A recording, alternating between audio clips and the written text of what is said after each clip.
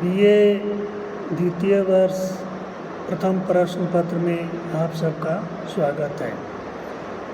आज का विषय है रामचंद्रिका से लिए गए अरुणोदय शीर्षक नामक छंद की व्याख्या।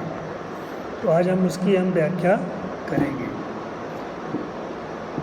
सबसे पहले कठिन शब्दों को, जैसा कि मैंने बताया था, कि समझने की हमें कोशिश करनी चाहिए, क्योंकि उसको समझे बिना हम जो है पूरे पद की व्याख्या सरलता से और स्पष्टता से हम नहीं कर सकते। इसलिए कठिन शब्दों की संख्या अर्थ को हमें समझने की कोशिश करनी चाहिए। कठिन शब्दों को छांट करके हम उसको समझने में चलेंगे। अब ये जो पद है वो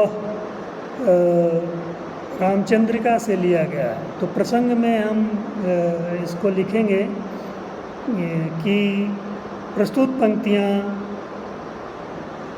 महाकवि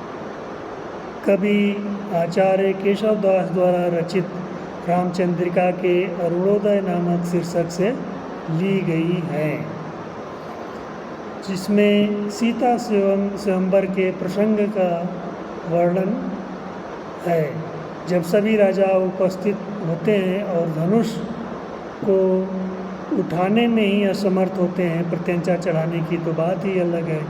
ऐसे में राजा जनक चिंतित हो जाते हैं कि सीता का विवाह अधूरा रह जाएगा, पूरा नहीं हो पाएगा। कवि ने इसी को जो है बड़े सुंदर ढंग से इसमें चित्रित किया है। सातों दीपक अवनीपति हारे रहे जिय में जब जाने, 20 विषय पत्र भंग भयो सुख हो अब केशव को धनुताने। आचार्य केशव दास जी कहते हैं कि सातों दीपों के अवनीपति मतलब कि अवनी मतलब धरती, पति मतलब राजा है। तो धरती के राजा अर्थात राजा जो है, जो स्वयंवर में पधारे थे, वो हार गए। अब इसको देख करके राजा जनक के मन में आशंका होती है कि ये तो हमारा व्रत भंग हो जाएगा, पूर्णतया भंग हो जाएगा, 20 विषय यानी पूर्णतया भंग हो जाएगा, और हम किसको कहेंगे कि जो है इस धनुष को तोड़े।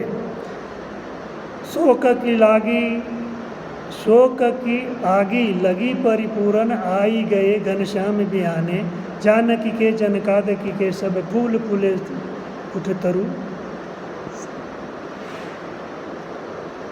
पूर्णे पुराने। केशवदास जी आगे कहते हैं कि शोक की इसी शोक में वो डूबे हैं कि इसी समय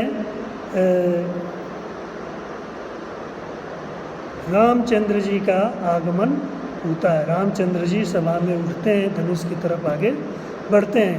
तो ऐसा लगता है कि जैसे जंगल में आग लगी हो और जो है घने काले बादल आ गए हैं उसे बुझाने के लिए, अर्थात उनकी चिंता जो है शमित होती दिखाई देती है।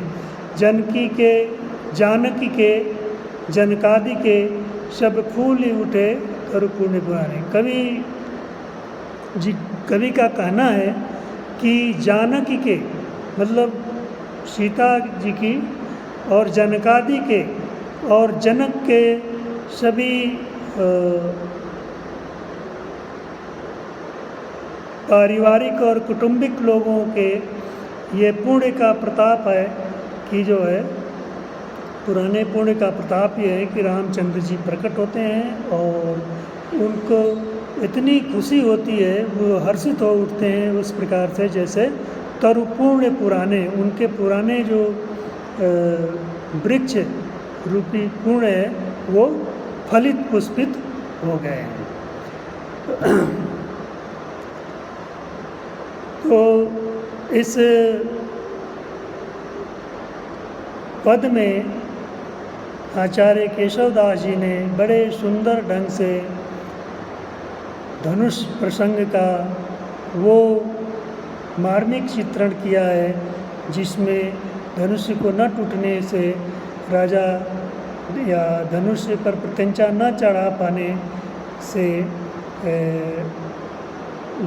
राजाओं द्वारा प्रत्यंचा न चढ़ा पाने से राजा जनक जी चिंतित हैं और उनकी चिंताओं का शमन किस प्रकार से भगवान श्री राम प्रकट होकर के करते हैं।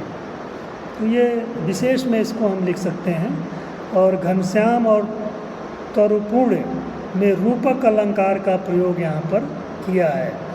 और जैसा कि आप जानते हैं केशवदास जी ने रामचंद्रिका की प्रस्तुति ब्रजभाषा में की है, जिसमें अन्य बोलियों के भी कोई शब्द कभी कभार आ जाते हैं, जैसे बुंदेली है, औधी है इत्यादि।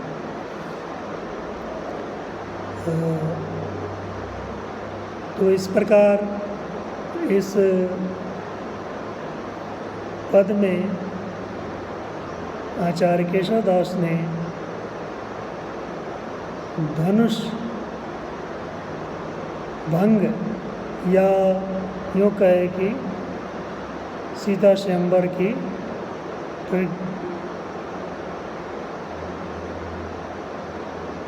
सीता स्वयंवर के प्रसंग की रचना पर आधारित रचना की है।